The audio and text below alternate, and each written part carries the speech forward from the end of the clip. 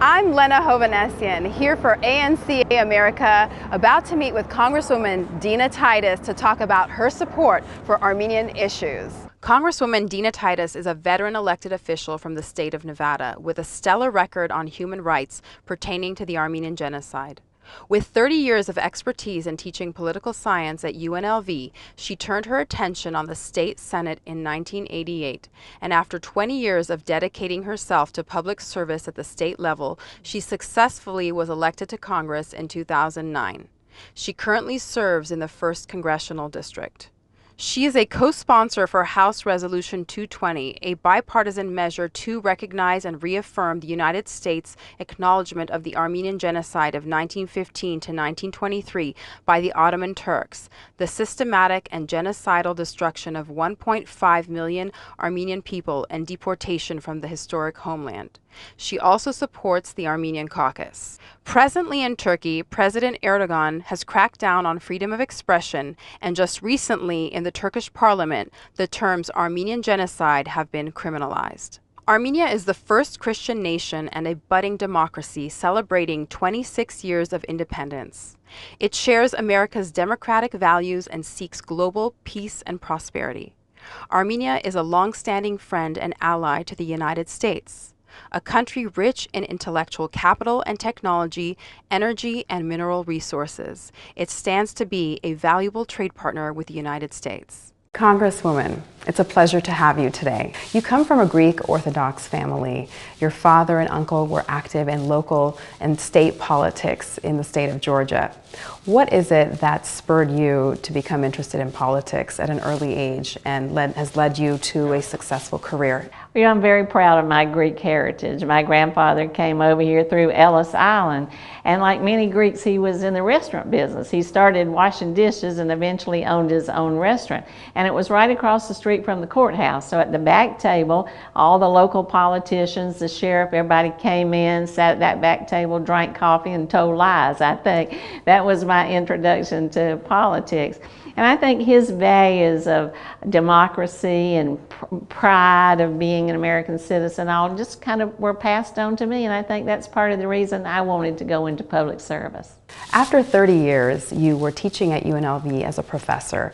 What is it that spurred you to transition from teaching to actually doing and being in politics, running for political office? Well, you know, it was a nice combination. I studied political science, I taught political science, I wrote about it. I thought, well, you know, maybe I should just try to do it. And so I ran for the state senate in 1988.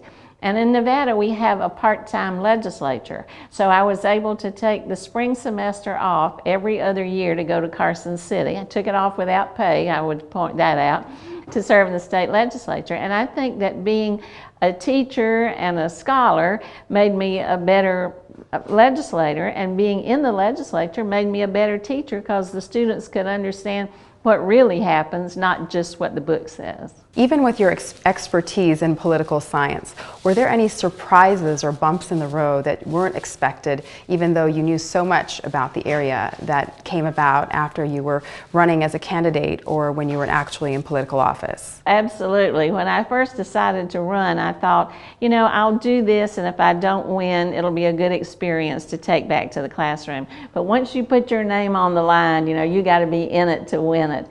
And what I mainly learned is that when you're in politics, your own neck is on the line. When you are in the classroom, you can afford to be a critic. One of the problems, though, I learned is because I'm a teacher and I tend to answer questions, sometimes maybe in politics when I should have ducked and dodged and said, I don't know, I'll get back to you, I tended just to tell the truth. Congresswoman, you have been an outspoken and avid supporter of Armenian issues, coming to the unveiling of the Armenian Genocide Monument, to April 24th commemorations and Independence Day celebrations for our country.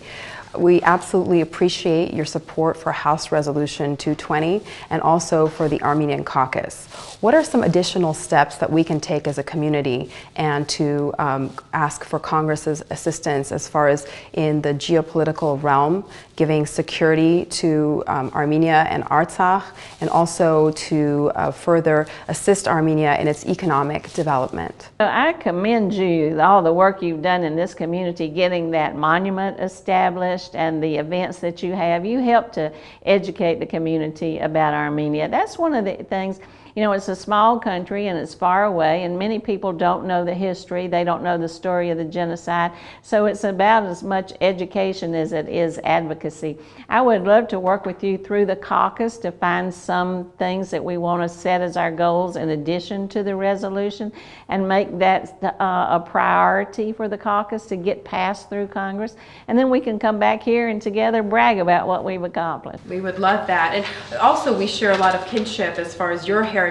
You always speak about that. Would you care to expand upon that? Well, I'm from Greece, and I think Greeks and Armenians share many things. Some of the music is similar, the food, the culture, the history, and as I always say, we have a common enemy. What are your top priorities for your constituents here in Nevada and also on a national scale in Washington, D.C.? Well, this district overlaps with my state Senate district, and I didn't move to this district when they did redistricting, the lines changed, but I love District 1. It is one of the most ethnically diverse districts in the country, and the most in Nevada. You've got a Hispanic east side, an Asian west side, you've got the Armenian church, the Greek church, Ethiopian cab drivers. People from all over the world live here, and people from all over the world come and visit here. And so that makes it a very exciting place to represent. One of my priorities is transportation. I'm on that committee. That doesn't sound very sexy or exciting, but you know, in Las Vegas, we don't make anything except maybe dreams come true. So we got to get people and lobsters and flowers and everything else into this valley to make it work. So transportation is important. Bringing it back home to Vegas, what is your favorite thing to do in Las Vegas? I enjoy taking advantage of entertainment opportunities. We have the Arts District here. The Smith Center is in the district. We go there often. And I enjoy going to ethnic restaurants around town that are not big chains but owned by local people. So that's always a pleasure. And on Sunday afternoon, my mother and sister and I always like to go to the movies. We had a great meeting today with Congresswoman Dinta Titus, with my co-chairs for the ANCA and regional representatives. It was an honor to meet with her and to talk about our top issues for the Armenian community here in Nevada. For ANCA, I'm Lena Hovanesian.